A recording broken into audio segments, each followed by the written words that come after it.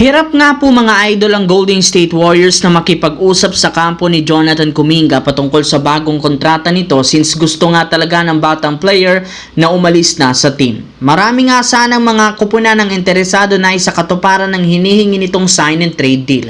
At isa dyan ang Phoenix Suns na nag-offer agad ng package na sina Nick Richards, Royce O'Neal at 4 na second round pick. Ngunit bagamat napakaganda ng naging offer sa kanila, agad na rin naman nila itong tinanggihan, gayong gusto pa rin nilang panatilihin si Kuminga sa team kahit medyo hindi maganda ang relasyon sa isa't isa. Bukod dyan, mismong si Kuminga na ang nagsabi na mas preferred nitong kupunan ng Sacramento Kings kesa sa Suns. Kaya yan nga ang mga rason bakit hindi pa rin natutuloy ang trade ng Golden State at Phoenix Suns kahit man ilang linggo na silang nakikipagnegosasyon. Pero ayon sa isang insider, asahan pa rin naman ninyo na matutuloy ang trade ni Kuminga kahit ano man na mangyari ngayong off-season. Samantala, kagayang na pag-usapan natin na ilang araw na lang naman ang natitira bago pirmahan ni Luka Doncic ang bagong extension nito sa Lakers. Pero bago pa niya niyang gawin, ibinulgar nga ni Dave McManamy na nakausap nga po niya si Luka sa isang interview kung saan sinabi nito na nagbigay siya ng mensahe sa prangkisa ng Lakers lalo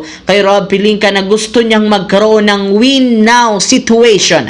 Ito na rin naman ang mismong dahilan bakit tinutulungan niya ang Lakers sa pag-recruit ng mga bagong player. Kaya oras na rin naman ang front office para sila naman ang gumalaw. At ayon sa isang insider, kasalukuyang kukunin at balak kunin ni Pelinka sa isang trade mula sa Blazers sina Drew Holiday at Robert Williams III. Sa katunayan, opisyal na rin naman silang nag-offer ng package sa Portland at kasalukuyan na lamang silang naghihintay sa magiging sagot nito kung matutuloy nila ang nasabing trade ngayong off-season o hindi. Sa kabilang banda naman, matapos nga ang ilang araw na paghihintay, dumating na si Chris Paul sa Los Angeles Clippers kung saan inintroduce na nga siya ng kanilang team sa media at mga fans. Kasabay niya, nagkaroon rin naman siya ng pagkakataong sabihin na masayang masaya siya sa kanyang pagbabalik sa Clippers makalipas ang ilang taon.